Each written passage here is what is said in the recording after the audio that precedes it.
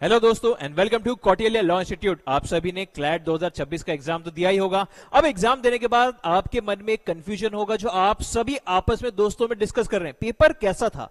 कोई कह रहा पेपर टफ था, कोई कह रहा पेपर ठीक ठीक था, और कुछ कह रहे पेपर तो काफी इजी था। तो असल में कौन सा सेक्शन कैसे था, आइए चलिए डिस्कस करते हैं।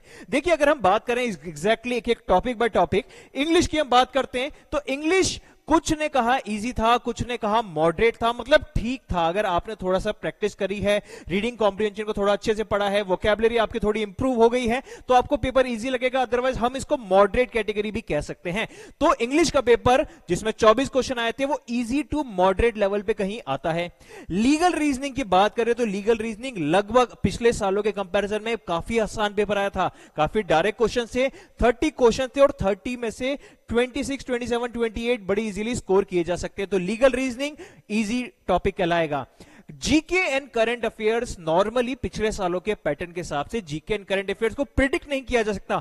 कहीं से कुछ भी पूछा जा सकता है, बहुत डिफिकल्ट भी आ सकता है, बहुत इजी भी आ सकता है, क्योंकि इसका कोई फिक्स सिलेबस तो है नहीं। करंट अफेयर्स मतलब सब कुछ, दुनिया में जितनी भी घटनाएं हुई हैं पिछले 8-10 महीनों में, उनमें से कुछ भी पूछा जा सकता है। तो यहां पे इजी और डिफिकल्ट कुछ भी जा सकता था। लेकिन जीके एंड करंट अफेयर काफी इजी आई है। जिसने ऊपर ऊपर से सारे टॉपिक्स की हेडलाइंस भी पढ़ी हैं, लेकिन हेडलाइंस भी सारे टॉपिक्स की कवर करी हैं, वो भी काफी अच्छा स्कोर 28 में से 25-26 स्कोर ला सकते हैं। तो जीके एंड करंट अफेयर्स भी हम इजी कैटेगरी में डालेंगे। अब हम बात करते हैं क्वांटिटेटिव एप्टीट्यूड। क्वांटिटेटिव एप्टीट्यूड कोई इजी नहीं कहेगा। क्वांटिटेटिव एप्टीट्यूड को मैक्सिमम बच्चे कह रहे हैं कि थोड़ा सा ठीक लेवल था, थोड़ा सा डिफिकल्ट एंगल पे था, या फिर ठीक ठीक था, इजी नहीं था। सारे के सारे क्वांटिटेटिव एप्टीट्यूड में 12 में से 11 या 12 तो नहीं आ रहे, लेकिन जो डिफिकल्टी वो सभी के लिए थी।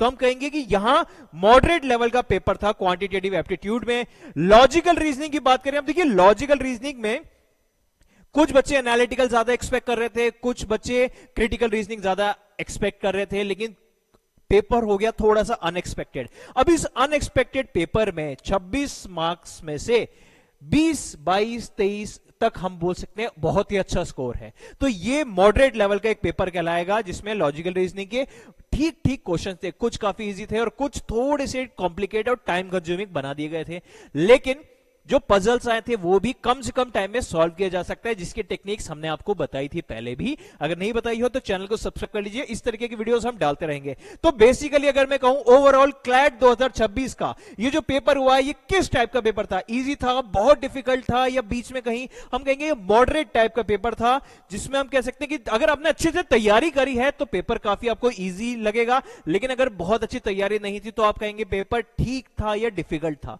तो दोस्तों ये जो पेपर था ये इजी टू मॉडरेट कैटेगरी में आता है। इससे पहले के paper generally moderate to difficult categories में थे, ठीक है। इस बार paper easy to moderate category में आया है। काफी अच्छा स्कोर बहुत सारे बच्चों ने लाया है। अब देखना है रिजल्ट के दिन आपका स्कोर कैसा आता है, साथ ही साथ कितने मार्क्स पे कितने रैंक आएंगी, कितने मार्क्स पे कितना स्कोर आ जाएगा, कौन सा एनएलयू मिलेगा, टॉप 10 एनएलयूज कैसे मिलेंगे, ये सारे वीडियोस भी हमारे चैनल पे अपलोड ही हो रहे हैं। तो दोस्तों हमारे चैनल को सब्सक्राइब कर लीजिए और क्लैट के एग्जाम के रिगार्डिंग, कट ऑफ के रिगार्डिंग, एनालिसिस के रिगार्डिंग सारी चीजें आपको मिलेंगी सिर्फ Kautilya law institute YouTube channel पे। तो चैनल को सब्सक्राइब करना ना भूलें।